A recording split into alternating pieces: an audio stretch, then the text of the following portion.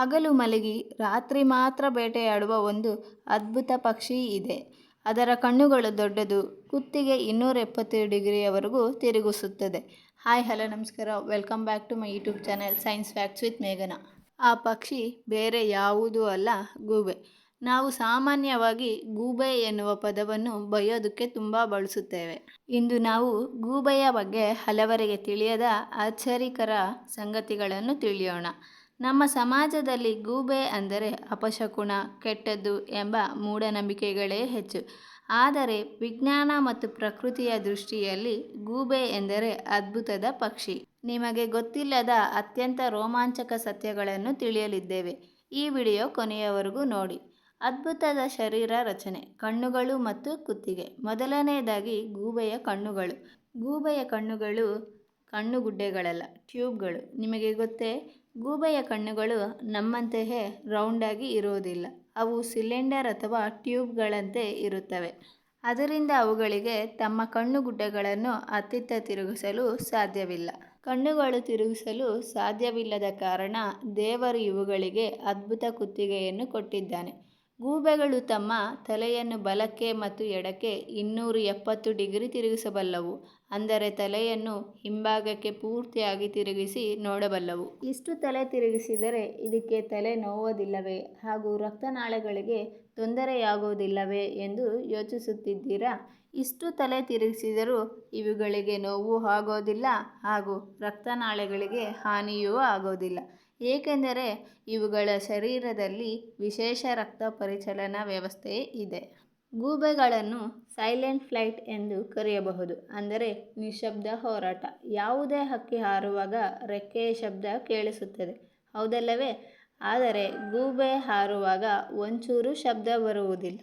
ಯಾಕೆ ಶಬ್ದ ಬರುವುದಿಲ್ಲ ಎಂದು ಯೋಚಿಸುತ್ತಿದ್ದೀರಾ? ಇವುಗಳ ರೆಕ್ಕೆಗಳ ಅಂಚಿನಲ್ಲಿ ಬಾಚಣಿಗೆಯಂತಹ ಸಣ್ಣ ನಾರುಗಳಿರುತ್ತವೆ. ಇವು ಗಾಳಿಯನ್ನು ಸೀಳುವಾಗ ಉಂಟಾಗುವ ಶಬ್ದವನ್ನು ಹೀರಿಕೊಳ್ಳುತ್ತವೆ.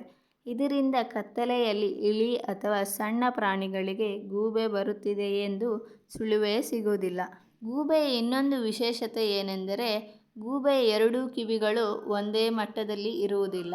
ಒಂದು ಕಿವಿ ಸ್ವಲ್ಪ ಮೇಲಿರುತ್ತದೆ, ಇನ್ನೊಂದು ಕಿವಿ ಸ್ವಲ್ಪ ಕೆಳಗಿರುತ್ತದೆ. ಇದರಿಂದ ಶಬ್ದ ಯಾವ ಎತ್ತರದಲ್ಲಿ ಮತ್ತು ಯಾವ ದಿಕ್ಕಿನಲ್ಲಿ ಬರುತ್ತಿದೆ ಎಂಬುದನ್ನು ಮೈಕ್ರೋ ಸೆಕೆಂಡ್ಗಳಲ್ಲಿ ಗೂಬೆ ನಿಖರವಾಗಿ ಪತ್ತೆ ಹಚ್ಚುತ್ತದೆ. ಈಗ ನಾವು ಮೂಢನಂಬಿಕೆಗಳು ಮತ್ತು ನಿಜಾಂಶದ ಬಗ್ಗೆ ತಿಳಿಯೋಣ. ನಮ್ಮ ನಾಡಿನಲ್ಲಿ ಗೂಬೆ ಕೂಗಿದರೆ ಕೆಟ್ಟದ್ದು, ಗೂಬೆ ಮನೆ ಮೇಲೆ ಕುಳಿತರೆ ನಾಶ ಎಂಬ ಅನೇಕ ಮೂಢನಂಬಿಕೆಗಳು ಇವೆ. ಆದರೆ ನಿಜಾಂಶವೇನು ಎಂದರೆ ಗೂಬೆ ರೈತನ ಅತ್ಯುತ್ತಮದ ಮಿತ್ರ. ಗೂಬೆ ಹೇಗೆ ರೈತನ ಮಿತ್ರ ಎಂದು ಯೋಚನೆ ಮಾಡುತ್ತಿದ್ದೀರಾ? ನಾವು ಈಗ ನೋಡೋಣ. ಕೆಲವು ಗೂಬೆಗಳು ಒಂದು ವರ್ಷಕ್ಕೆ ಸುಮಾರು 1000ಕ್ಕೂ ಹೆಚ್ಚು ಇಲಿಗಳನ್ನು ತಿನ್ನುತ್ತವೆ. ರೈತನ ಬೆಳೆಗಳನ್ನು ನಾಶ ಮಾಡುವ ಇಲಿಗಳು, ಮಿಡತೆಗಳು, ಚೇಳುಗಳು ಮತ್ತು ಹಾವುಗಳನ್ನು ತಿನ್ನುತ್ತವೆ. ಹಾಗಾಗಿ ಗೂಬೆಗಳು ಅತ್ಯಂತ ಪ್ರಮುಖ ಪಾತ್ರ ವಹಿಸುತ್ತವೆ.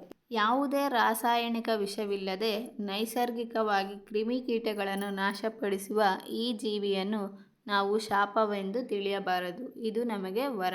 ಗೂಬೆಗಳ ಬಗ್ಗೆ ಕೆಲವು ಕ್ವಿಕ್ ಆ್ಯಂಡ್ ಫನ್ ಫ್ಯಾಕ್ಟ್ಸ್ನ ತಿಳಿಯೋಣ. ಮೊದಲಿಗೆ ಕಾಲುಗಳ ಪವರ್.